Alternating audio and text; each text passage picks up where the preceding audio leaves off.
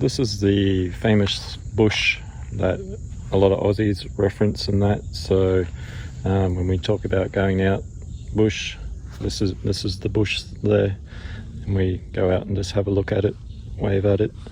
It's very comforting for us to see this particular bush. Not sure what the rest of the stuff is around it, but it's good to see you again, bush. That was not an improvised joke. That was I did think about it coming in Monty Python, where they've got the knights that say knee, and the knee, when you break it down, how they spell it is N-I, which could be introverted intuition for INFJs or INTJs and that. So the knights of knee, the wise knights of knee, out to see the shrubbery. Anyway, I'm sure there's probably more of a reason why I actually pressed record. I'm back in the bush that I was before. That was previously flooding. We had a lot of rain in Brisbane, a lot of flooding, a lot of damage. I actually haven't seen the full extent of the damage because I don't watch the news, but given the extent of the rain, I dare say there's a lot of damage. And the fact that I tried to just go up the road to get some kitty litter for the cat, and that road is completely destroyed, and it's been destroyed for a few days now. So I dare say, given that a lot of other areas of damage, and my heart goes out to those people affected. As you can see, I survived. I didn't get sick the last time I was out here in the wet. I did contribute my part to at least our neighbourhood complex, because our neighbourhood complex has a underground car park and only one drain. If that drain floods or it gets blocked, the car park tends to flood, which contains our cars. And me, being me, decided to go down. I was going to move my car, and it was kind of like, I mean, to be honest, it was kind of out of laziness that I decided to do it, but it actually involved more work. Ended up wading into basically like knee-high water and cleared the drain. So yeah, sort of saved a few cars from getting flooded. A point to this video. There's been this awesome breathwork instructor who's in the SOMA Breath community. He's done a good little marketing business sort of setup meeting, going through some of what she was saying. I'm actually looking at restructuring, because this whole week is just basically been me looking at structure for Eflowtion, like how to structure it better, how to get it a bit more in flow, I guess you could say. And I kind of want to announce stuff now, but I'm still in the fine tuning stage. But there's going to be a big restructure for Eflowtion, where it's basically still offering what it is, but actually a bit more to a target audience, which I've never really looked at before. I've sort of kept it more broad. I now have my target audience. So I'm actually very excited. I'm basically in the process of just waiting for paperwork and a few other things to happen, but it is going to incorporate all my loves of helping, supporting the breathwork, the EFT. The thing that I have given up is the TRE provider workshop for this year. I'll probably recommence with it next year, mainly because it's like I've had a lot happen. But yeah, so I'm actually quite excited. It's actually been also a very self-affirming week. Remember this? This is the track that I was on. I was wondering if it was the track. This was in my last INFJ video, the one that was full stream. So we're coming up on that little, what do you call it? Wetland area. So that was the one that was in full stream that time. But yeah, so it's been a very self-affirming week. A lot of things that, you know, I was told I was wrong on. A lot of things that I was very much abused on. I'm slowly ticking up the list of like, I was actually correct. I was actually getting abused. So it's actually been quite an interesting week. It kind of feels like a birthday week in a way of like, and what I mean by that is like when your identity gets corrupted so much, when it gets actually confirmed, a lot of things, you know, where I was actually right on, it's that sort of like self-actualizing or self-affirming. That's the word I'm after. So the identity that I had now has a new life, because it's no longer under the false concepts of others, which I'm quite happy about. Okay, we do have quite a bit of mud. I've already found my way across, but it's just that way.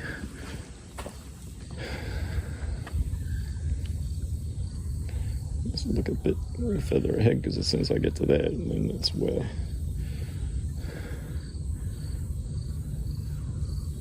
Let's do it in real time. 1, 2, sorry, I don't know why I count. It's like me breaking it down into steps.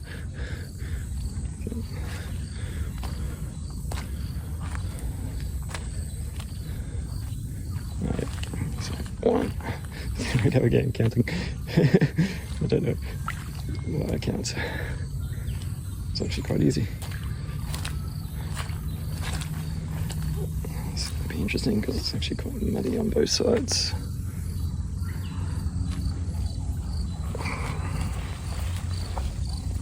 There we go. Okay, so where actually are we? The 360 view of where I am.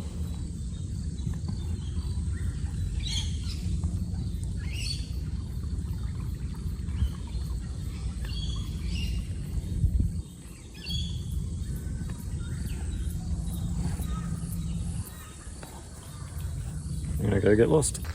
Anyway, I'm gonna head back. One, because I'm a bizarre feeling here, and I haven't been on this track. Plus, this track is starting to get a bit coated with spider webs. I actually don't worry about snakes too much, because with snakes, they'll feel the vibrations on the ground, so me stomping away or just me walking, they'll tend to try and avoid you. And normally with a snake, there's normally just one. So it's like not like a herd of snakes that go everywhere in Australia. Spiders I'm more worried about because they're freaking everywhere. And I've walked through quite a few spider webs, and like if I keep walking up that track, because I've walked into quite a few already, sooner or later I'm going to hit the jackpot, which did happen to me once. I did get bitten by a spider, not here. It's a story for another day. As you can see, I'm alive, so I survived. Just when I thought I could get out of the woods without being philosophical, it just came to me. It always reminds me, like, navigating through the puddles, like the mud in that. There was a comic strip and a movie called Foot Rot Flats, a New Zealand comic strip. Believe it or not, I'm actually from New Zealand originally. In the comic strip, the main character, Dog, who was a dog, has to navigate through mud, and he just very quickly tiptoes through this big patch of mud. How did you get through the mud? And well, he might have just said it to himself. It's been a while since I've actually seen that comic strip. But the character Dog just says, "I think light thoughts." So light thoughts carry him lightly across the mud. I guess where the metaphor begins is that if we're heavy in our way of thinking, if we're weighed down by our negative thoughts, once again, if I focus so much on, if I fell over in the mud, I've got to do grocery shopping next, and then I'll have to go all the way home, what an inconvenience. I might actually will that into existence. The more I focus on it, the more it's going to happen, because I'll be weighed down with like the negative element of falling over, whereas like I can have the thought, allow the thought to be there, but not get attached to falling over, and think more lightly of like, I can navigate through this. So I do have the ability to get through the mud, through the crap. So by thinking light thoughts, by keeping your thoughts a little bit more out of the negative, once again, sometimes having time for those negative thoughts to process them is appropriate, but not all the time. We want to keep a nice balance. So being positive of like, I can navigate through this, I'll get to the end, I can go grocery shopping, get on with my day, I've still got a few more things to do for the business, and just think lightly. And another way of thinking lightly is, there is a light at the end of this track, which is my car, which will take me to my end destination. So keeping the end goal in sight, the light at the end of the tunnel of where I want to go, my destination. and keeping light thoughts along the way. The more I get negative, the more I weigh myself down. I'm like, what the hell did I walk this far? It's all muddy. And then positive is my shoes aren't quite wet. So yeah, I think focusing less on the negative, keeping light thoughts to get yourself through those hard times. And sometimes those light thoughts can come in the form of music. Once again, very empathetic towards music. Music lifts your state of being. The tripneural beats from SOMA, which do play to a frequency in your brain, the alpha, the gamma, the delta, the theta, these different brainwave states can elicit different thoughts, emotions. Think about listening to heavy metal music, positive music, energetic music will lift your state. If you're in a depressive state and listening to a lot of depressive music, it's only going to reinforce that state.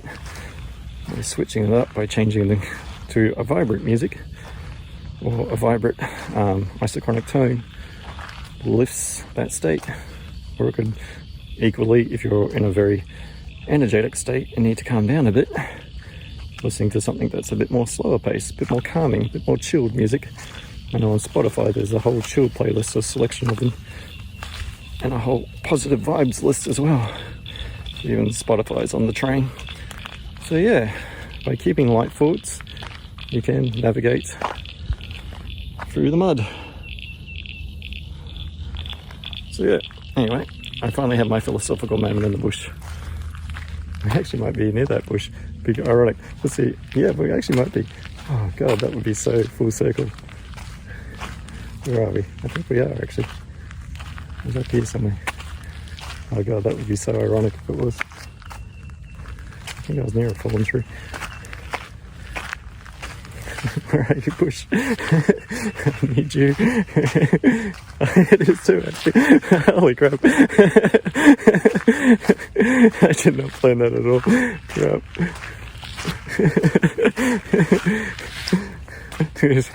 The quasi-Australian finds the bush again. Oh my god, how ironic. I find my light at the end of the tunnel. The Australian finds the bush.